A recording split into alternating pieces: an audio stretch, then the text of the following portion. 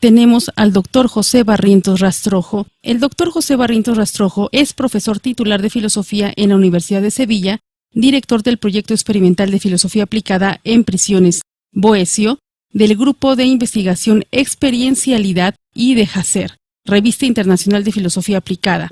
Asimismo, dirige un proyecto en donde forma en habilidades de pensamiento a cooperantes internacionales y voluntarios de ONGs y asociaciones sin ánimos de lucro. Defendió la primera tesis europea sobre consultoría filosófica y, posteriormente, ha dirigido más de una docena de tesis doctorales, de máster y de grado sobre filosofía aplicada y filosofía con niños y niñas. Aunque se formó en España, ha investigado en las universidades de Harvard, Cambridge, Princeton, Chicago, Tokio, Sao Paulo y la Universidad Nacional Autónoma de México. Sus investigaciones han quedado plasmadas en cerca de 500 publicaciones, conferencias y ponencias en todo el mundo. Ha sido el director más joven del International Conference of Philosophical Practice, principal evento mundial de filosofía aplicada.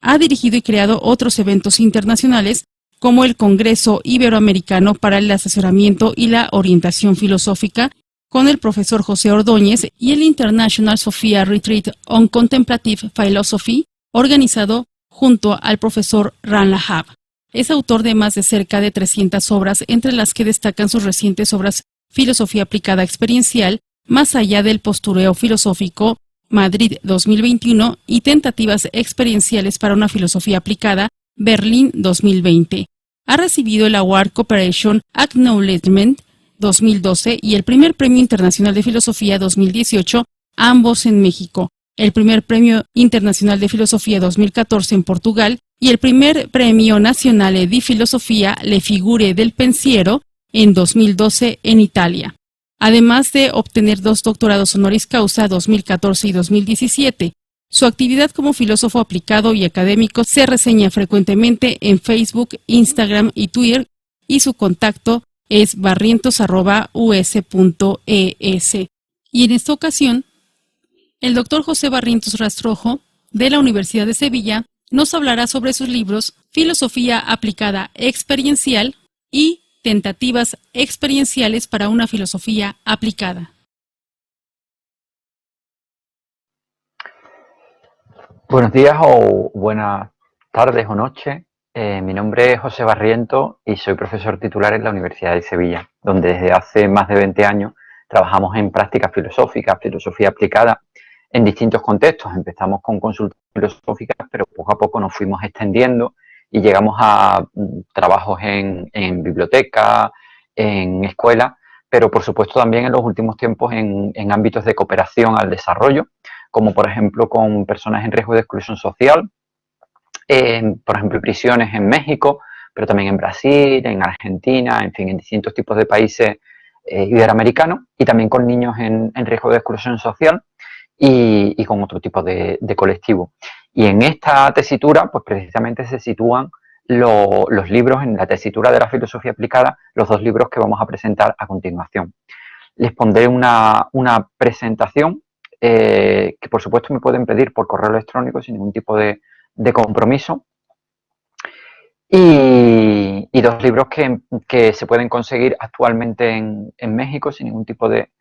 problema, que son estos 2 que tienen aquí, Filosofía Aplicada Experiencial y Tentativas experienciales para una filosofía aplicada. Tienen aquí mis datos de correo electrónico, barrientos@us.es, y en redes sociales, Twitter, Facebook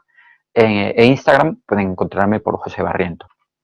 Bueno, el programa un poco que vamos a hacer de esta presentación, para durar en torno a una media horita, nos vamos a detener en las dimensiones sociales de la filosofía, a partir de lo que dicen determinados autores de la historia de la filosofía. Abundaremos en qué es esto de filosofía aplicada o práctica filosófica, que es el contenido central de ambos libros. Primero lo haremos desde una perspectiva más analítica, luego nos vamos a meter en una perspectiva mucho más experiencial. Vamos a concretar con algunos casos en el que se están desarrollando este tipo de filosofía, para que vean que no es simplemente una idea teórica, sino que de facto lo llevamos desarrollando ya desde hace décadas aquí en Sevilla. Y acabaremos un poco con los libros, algo del contenido de los libros, que inclusive se pueden descargar en la web, a quienes van dirigidos, y algunas referencias finales para aquel o aquella que esté interesado en conseguirlo. Dimensiones sociales de la filosofía. Fíjense que en muchas ocasiones cuando pensamos en filosofía pensamos en un trabajo sesudo, de personas que están dentro de su despacho, de agorafóbicos de salón, es decir, así que gente que tenía miedo de la propia filosofía, pero de la propia sociedad, pero piensen que los filósofos, la filosofía, fue una filosofía callejera cuando comenzó ya con Sócrates. Y esta filosofía callejera no ha dejado de existir dentro de la sociedad en la cual nosotros estamos viviendo, aunque es verdad que la más difundida es una filosofía teórica, esa imagen del filósofo que hace una serie de discursos en el mundo de las ideas, que realmente no se vincula con la realidad. Sin embargo, tenemos autores como tienen aquí Theodor Adorno, uno de los autores del siglo XX, de la teoría crítica, que fíjense cómo define la esencia de la filosofía. Dice Theodor Adorno en Educación para la Emancipación. Y cito, que uno sea o no un intelectual es algo que se manifiesta sobre todo en la relación que mantiene con su trabajo y con el todo social del que forma parte. Esa relación, fíjense, la relación con el mundo social y no al ocuparse de ámbitos especializados como la epistemología, la ética o la misma historia de la filosofía, es lo que constituye la esencia de la filosofía. Adorno no está solo, sino que hay otro autor, Michel Foucault, que precisamente pone de manifiesto que en algunas ocasiones la universidad, más que emancipar y desarrollar un pensamiento crítico, se convierte en una estructura de desarrollo de la propia ideología del sistema, de aquello que nos atenaza, de esas ideas en las que estamos insertos y que en algunas ocasiones ni siquiera nos damos cuenta. Dice Foucault en La microfísica del poder. La universidad representaba el aparato institucional a través del que la sociedad ideológica, aseguraba su reproducción tranquilamente y con el menor gasto. Y efectivamente, en algunas ocasiones tenemos discursos dentro de la sociedad que no son críticos con esas estructuras que nos están atenazando, sino que en algunas ocasiones la universidad y otras estructuras educativas, como dirá también Paulo Freire, la escuela ha sido una educación bancaria que lo que ha hecho es no liberarnos, sino de alguna forma normalizarnos, convertirnos en una estructura que es aquella que le interesaba al propio poder. Y es por eso que en algunas ocasiones el propio Michel Foucault, que también lo tienen aquí, pues va a insertarse dentro de acciones de una militancia social, como por ejemplo cuando a principios de los años 70 crea el grupo de información de las prisiones para luchar por los derechos de los propios reclusos y reclusas privados de libertad. Y precisamente en aquellos tiempos, pues él decía, si me ocupo del grupo de información de las prisiones, es justamente porque prefiero un trabajo efectivo al parloteo universitario y al garrapateo de libros. Y continuaba, hoy escribir una continuación de la historia de la locura, uno de sus libros más famosos, carece de interés para mí. En cambio, la acción política concreta en favor de los presos me parece cargada de sentido. En esta línea también va a estar una filosofía aplicada que, sin renunciar a sus dimensiones teóricas, a su rigor teórico, a la propia teoría, se plantea que esta teoría puede verse completada mediante la acción dentro de la propia sociedad y mediante la interlocución con los propios sujetos que están dentro de esa propia sociedad y sobre todo no solo con cualquier tipo de sujetos, sino con los que han sido despreciados por la sociedad porque quizá esos son los que generan un discurso fuera de la ideología y por eso han sido despreciados, un discurso que es interesante para que nosotros reflexionemos, es decir, de alguna forma esa persona, ese vagabundo que va por la calle, ese niño, esa niña que van por la calle, o inclusive, si han tenido la oportunidad, ese privado de la libertad, hacen determinados juicios y críticas a la sociedad que aquellos que estamos insertos dentro de la sociedad no nos damos cuenta, de tal forma que precisamente el hacer talleres, el relacionarnos con este tipo de grupos puede ser una salvación, un bote salvavidas para los propios sujetos. ¿Cómo se relaciona esto con la propia filosofía aplicada? Bueno, en términos generales podríamos decir que el filósofo académico, el universitario, el profesor de universidad, lo que habitualmente hace es lo que tienen aquí en este esquema. Tenemos un filósofo, una filósofa que enseña ciertos contenidos a un alumno o a una alumna y ese alumno o esa alumna los absorbe y los expone dentro de un determinado examen. En algunas ocasiones el escuchar esa teoría le va a servir al alumno para abrir sus ojos y quizás para cuestionarse. En otras ocasiones ese discurso puede estar tan bien orquestado y ese alumno, esa alumna se puede ver tan obnubilado por la teoría que en lugar de liberarlo, lo que hace es todo lo contrario, lo inserta dentro de una ideología, dentro de un marco de ideas nuevo, diferente al que tiene, pero no hay ningún tipo de emancipación, es simplemente el cambio de unos contenidos por otros contenidos. Sin embargo, la filosofía aplicada no funciona así. Tenemos un filósofo aplicado que al consultante, al alumno, lo que le enseña son metodologías para que sea este consultante, este alumno, el que genera sus propios contenidos. De tal forma que la filosofía aplicada lo que va a intentar es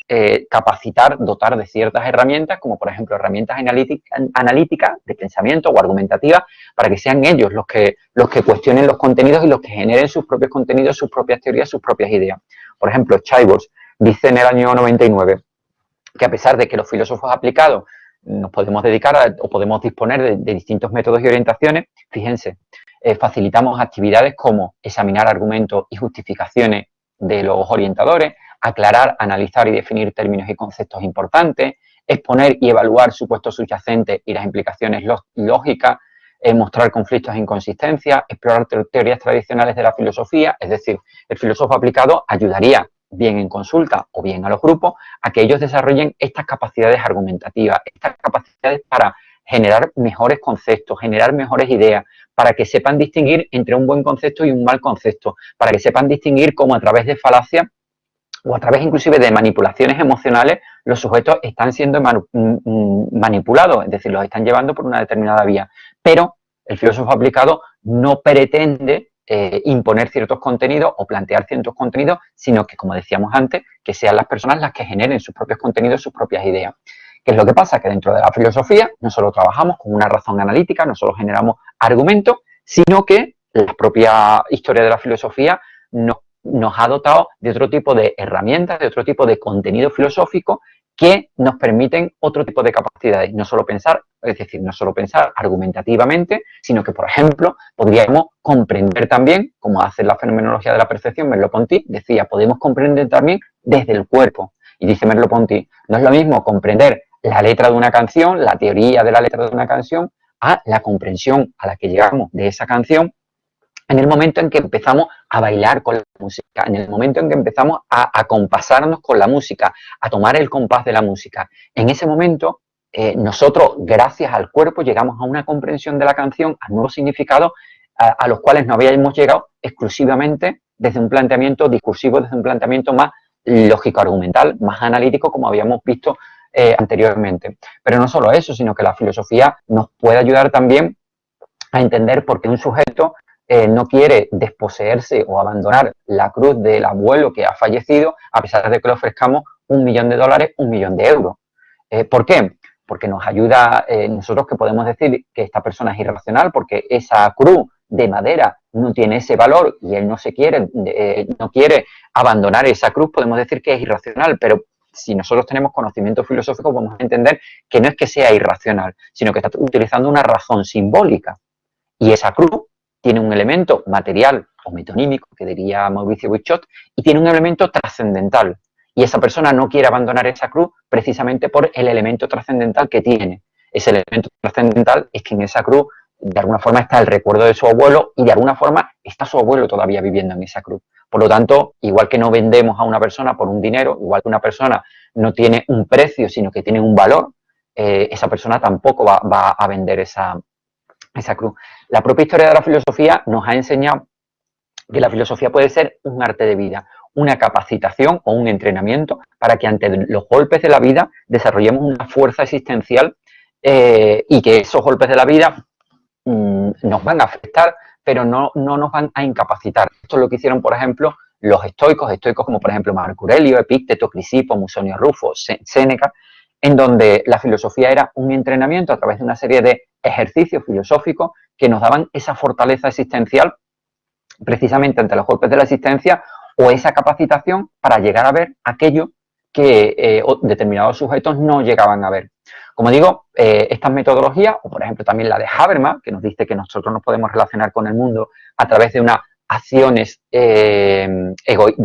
tipo estratégico, es decir, donde buscamos nuestro puro interés, y hay otras acciones en donde nos relacionamos con otros sujetos, en donde lo que estamos buscando es, por así decir, la amistad, la comunicación. Pues la acción comunicativa o talleres de acción comunicativa precisamente ayudarían a ciertos sujetos a descubrir que no todo el mundo cuando se relaciona con nosotros está buscando un interés personal, sino que hay personas que se relacionan con nosotros sin buscar ningún tipo de interés. Esta teoría, dentro de determinados talleres,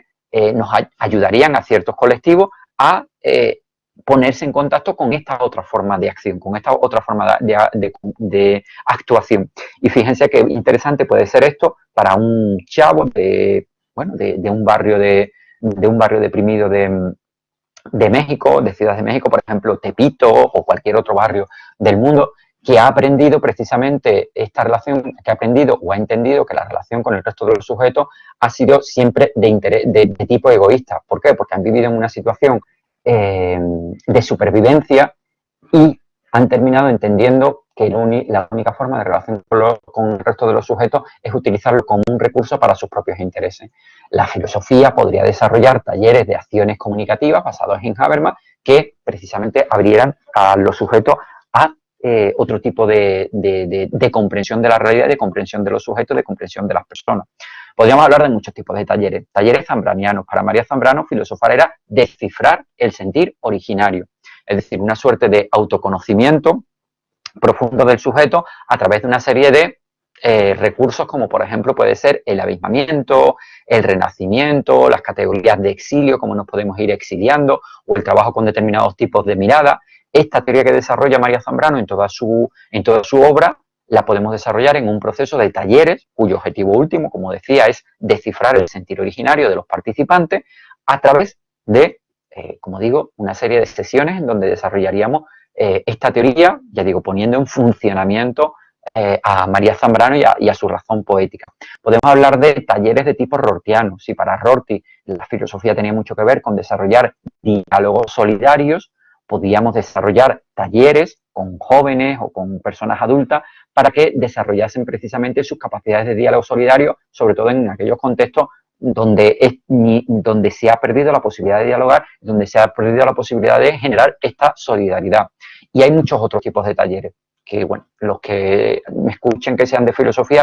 habrán escuchado algunos de los términos que voy a hablar, otros no, pero es donde hay una riqueza muy fuerte de la historia de la filosofía que se puede concretar en talleres, como digo, que capacitan para pensar mejor, pero que también capacitan para muchas otras acciones que son cruciales dentro de la existencia de cualquier tipo de persona, no necesariamente de filósofo, porque no es necesario tener conocimientos de filosofía para asistir a estos tipos de talleres, igual que no es necesario tener conocimientos de psicología para asistir a un taller de asertividad o un taller para mejorar las habilidades sociales. Bueno, podemos hablar de talleres de variaciones idéticas, talleres de comprensión, de hermenéutica aplicada, talleres de acciones comunicativas, talleres metafísicos, talleres de desciframiento del sentido originario, talleres de sobre las pasiones, talleres arqueológicos Foucaultianos. En fin, nos podríamos detener en muchos otros talleres. Y también podríamos hablar de consulta. ¿En qué medida precisamente el desarrollo de estas capacidades de pensamiento crítico nos van a servir específicamente para afrontar ciertas cuestiones que se le planteen a ciertas personas? Podríamos hablar de muchos casos, desde casos, por ejemplo, en donde una chica, pues sus padres se están divorciando y ahí se le pueden plantear una serie de cuestiones éticas, como por ejemplo, si es justo lo que los padres les están haciendo, si puede tomar una decisión objetiva a pesar de las emociones de odio que está sintiendo hacia sus padres, si la objetividad existe o si realmente no existe la objetividad, si la objetividad es algo útil o es algo deseable, mejor dicho, o no es deseable, en fin, una serie de cuestionamientos que también dentro de las consultas filosóficas pues se pueden plantear. Bueno, esto que hemos planteado desde una perspectiva mucho más analítica, mucho más de un planteamiento analítico, fíjense, por una parte podemos trabajar con una filosofía que nos ayuda a desarrollar nuestras capacidades de pensamiento crítico, pero también podríamos trabajar con una filosofía en donde lo que estemos pretendiendo sea una transformación integral del sujeto y no solo una transformación de su propio pensamiento. Y aquí es donde entra la dimensión experiencial que se explica en estos libros de la dimensión aplicada. ¿Cómo sería posible yo hacer ciertas actividades dentro de talleres filosóficos y dentro de consultas filosóficas o en mi propia existencia, por supuesto, o en mi propia existencia para transformar no solo mis pensamientos, sino aquello que yo quiero, aquello que yo siento en relación a determinadas sensaciones, en definitiva, cómo puedo yo llegar a transformar quien auténticamente soy. Y simplemente, bueno, pues le pongo un ejemplo de un libro de Lumarino, Ikeda, en donde cuentan precisamente en El filósofo interior lo que implicaría ese tipo de filosofía aplicada, que se basaría en principio en realizar ciertos ejercicios filosóficos, como por ejemplo el que tienen aquí. Fíjense, les leo uno de los relatos que en este caso lo cuenta Ikeda, uno de los relatos se refiere a Kisa Gotami. O sea, Ikeda cuenta el relato de Kisa Gotami, una creyente que había perdido a su hijo. Una madre pierde a su hijo. Abrumada por el dolor, Kisa Gotami, con el cuerpito en los brazos de su hijo, vagaba por la ciudad buscando un remedio que reviviera al pequeño.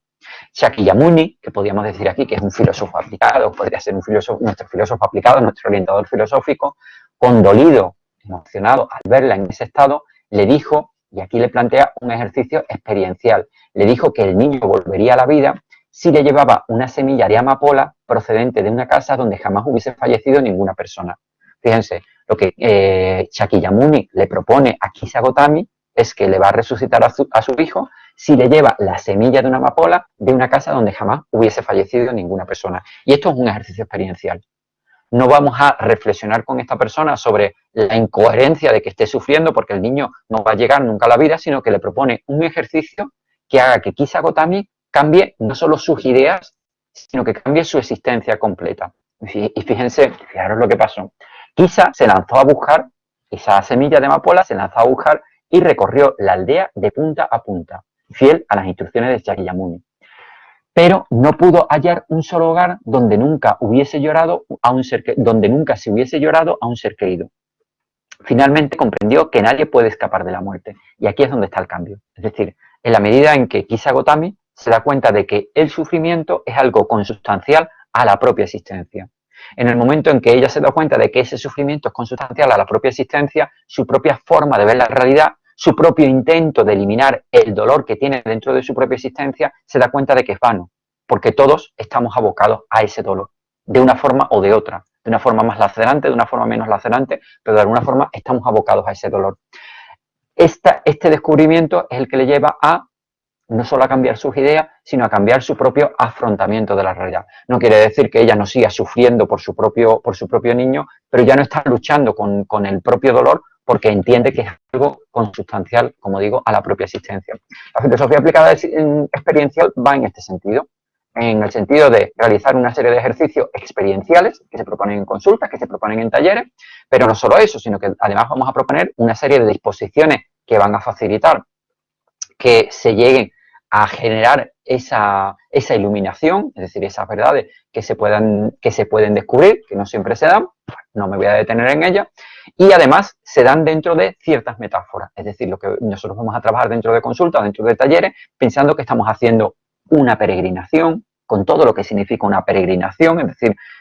pasar una serie de fases, generar una serie de cambios personales dentro del sujeto, tener una persona que nos está ayudando o que está caminando junto a nosotros, pero que no nos está diciendo cuál es la verdad a la que tenemos que llegar, sino que de alguna forma nos está apoyando, en fin, una serie de metáforas que están, de elementos que están dentro de esa idea de peregrinación, o podemos plantear el trabajo de filosofía aplicada como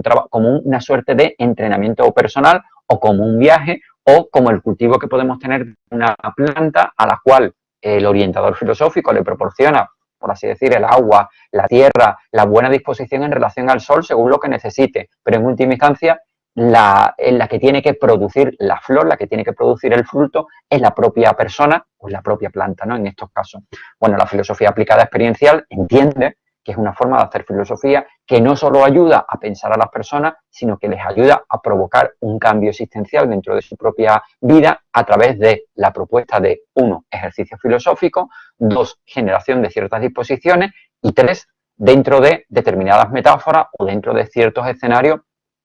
que son los que nosotros estamos trabajando. Y bueno, ¿cómo se podría hacer esto o cómo estamos haciendo esto? Uno de nuestros proyectos son precisamente unos proyectos que estamos haciendo, como decía, dentro de prisiones, es el proyecto de prisiones Boecio, en donde pues generamos una serie de ejercicios y disposiciones vinculados a 2 temas. Por una parte, la necesidad del gobierno sobre las pasiones, es decir, que no nos dominen las pasiones, sino que nosotros seamos autónomos, lo cual, este gobierno de las pasiones dentro de prisión, fíjense lo importante que es en relación a las situaciones que están viviendo aquellos que están en prisión. Por ejemplo, requisas violentas y degradantes, donde hacen que tanto ellos constantemente y ellas que están en prisión constantemente los estén requisando, haciendo que tengan que hacer desnudos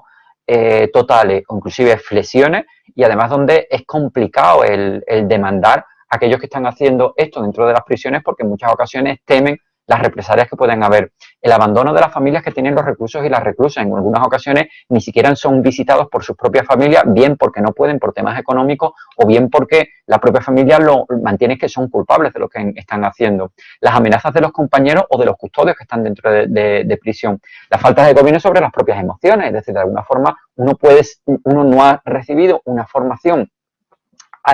pasional al punto de que la pasión termina dominando a esta propia persona. El hecho de que estos presos son aislados en buzones, en aislamiento, con lo cual, pues imagínense lo que significa eso a nivel pasional, ¿no? O inclusive las propias injusticias del sistema, la propia violencia institucional que hay dentro del sistema. Y, como digo, estos ejercicios sirven, por tanto, para el gobierno de las pasiones y sirven también para el desarrollo del pensamiento crítico, que es importante para las manipulaciones que reciben de sus propios compañeros o de los custodios para intentar generar sus propias peticiones dentro de la propia prisión, que en algunas ocasiones por no tener pensamiento crítico no pueden pues llegar a ponerla por escrito o inclusive ni siquiera se dan cuenta de cómo hay determinadas injusticias en torno a las cuales los están oprimiendo. O sobre todo el pensamiento crítico les puede servir para programar el mañana, qué es lo que voy a hacer cuando salga de prisión, o respecto a la manipulación de las drogas, pues el pensamiento crítico también puede ser interesante. Y la metáfora, como digo, fundamental que utilizamos en relación al proyecto BOECI, como decías, en una filosofía aplicada experiencial, es un entrenamiento gladiatorio para prepararnos para determinadas cuestiones. Hemos obtenido ciertos resultados dentro de este proyecto, como por ejemplo una mejora en la regulación emocional de un 15%, de un 23% en relación al humor, es decir, a enfrentar la situación con cierto humor, lo cual es importante, como decía Séneca, porque precisamente el enfrentar las dificultades con humor nos lleva a ser mucho menos violentos y a dominar mucho mejor a nosotros mismos, y un 14% en apertura mental. También hay mejoras a nivel afectivo, cognitivo y reflexivo en las cuales no puedo entrar. Y bueno, aquí tienen algunas imágenes, en este caso en la prisión en uno de los reclusorios de Ciudad de México, donde tanto Marco Antonio López como Ángel Alonso, el profesor Ángel Alonso, pues están haciendo talleres dentro de prisión. Entremos en los libros y acabamos en esto. Fíjense, este es un poco el marco de lo que tratarían estos libros, la filosofía aplicada experiencial, ambos, en donde se dedican, como tienen aquí, tanto a filósofos, filósofas, como a aquellos que no han trabajado o que no tienen conocimientos de filosofía, porque realmente lo que se plantean son una serie de herramientas y conocimientos que pueden llegar a ser de valor para las vidas personales, sobre todo el primero de los libros, Filosofía aplicada experiencial. Quizás el segundo tiene unas fundamentaciones filosóficas que estarían más destinados a teóricos de la filosofía, pero como digo, van dirigidos tanto a filósofos como filósofas como a la vida personal de cualquier persona, como de facto a personas que estén trabajando con colectivos en riesgo de exclusión social o simplemente a maestros y maestras para los cuales el desarrollo del pensamiento crítico y la transformación de los sujetos, la maduración de los sujetos, sea algo crucial. Como digo, por lo tanto, para maestros y maestras pues pueden ser bastante importantes. En este sentido, pues ya ahora sí voy acabando, pues pueden conseguirlo, el libro de tentativas experienciales para la filosofía aplicada en la página web de Peter Lam. Pueden ver pues, toda la referencia, ponen peterlam.com y tentativas experienciales para una filosofía aplicada o directamente ponen el título y mi nombre y les va a aparecer. ¿Y qué es lo que va a aparecer en este libro? Muy brevemente, pues está constituido por dos bloques. El primero se dedica a estudiar qué es esto de la experiencialidad, cómo funciona la experiencialidad, cuáles son los elementos cruciales, cómo se transmiten o cómo se pueden comunicar las verdades experienciales. Y un segundo bloque de experiencialidad y filosofía aplicada, donde ya aquí pues sí nos dedicaríamos un poco a analizar estas dos formas de hacer filosofía aplicada, una más lógico-argumental y una segunda pues de tipo experiencial, y luego pues dentro de este segundo bloque una parte en la filosofía aplicada experiencial donde especifica para consultas cómo se trabaja esto, y una última adenda donde se relaciona el pensamiento de filosofía aplicada con María Zambrano. En relación al libro de filosofía aplicada experiencial, pueden ir a la página web de Plaza y Valdés, plazayvaldés.es, es Plaza y Valdés de España, no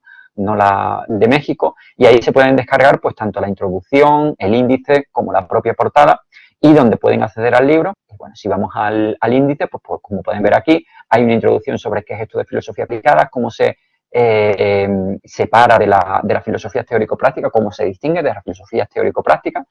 qué es esto cuáles son las dimensiones experienciales de la filosofía aplicada, y acaba un poco con algunos alegatos, algunas críticas que se han hecho a la filosofía aplicada, un poco pues por responder, ¿no? a esas críticas que se le han hecho a la filosofía aplicada. Este segundo libro, pues si ponen filosofía aplicada experiencial y mi nombre, José Barrientos Rastrojo, les va a aparecer en Plaza Valdés, y aquí pues pueden ver cómo pueden comprarlo en distintos lugares, por ejemplo en México, en Estados Unidos, en Argentina, en Ecuador, en Colombia, en Uruguay, en Reino Unido, en fin, se pueden conseguir en estos países y en otros países, simplemente pues clicando en cada uno de estos ámbitos. Por ejemplo en México, pues los va a dirigir directamente a cómo pueden conseguir este libro. Por ejemplo, aquí aparece en esta página web, lo pueden conseguir en México ahora mismo en la librería Ferragu, pero lo pueden conseguir pues también aquí directamente, lo compran directamente y podrían acceder al libro. Y nada más, agradecerles su atención y quedo abierto a cualquier tipo de cuestión, de duda, de preguntas que puedan tener, bien sea en mi correo electrónico barrientos@us.es o en mis redes sociales, donde además pueden conseguir otro tipo de información, también vídeos, otro tipo de conferencias que pueden serles de utilidad para allí donde ustedes estén trabajando, o en relación a la filosofía aplicada, en relación a su propio trabajo, o incluso en relación a su propia vida. Nada, muchísimas gracias por su atención y lo dejamos aquí.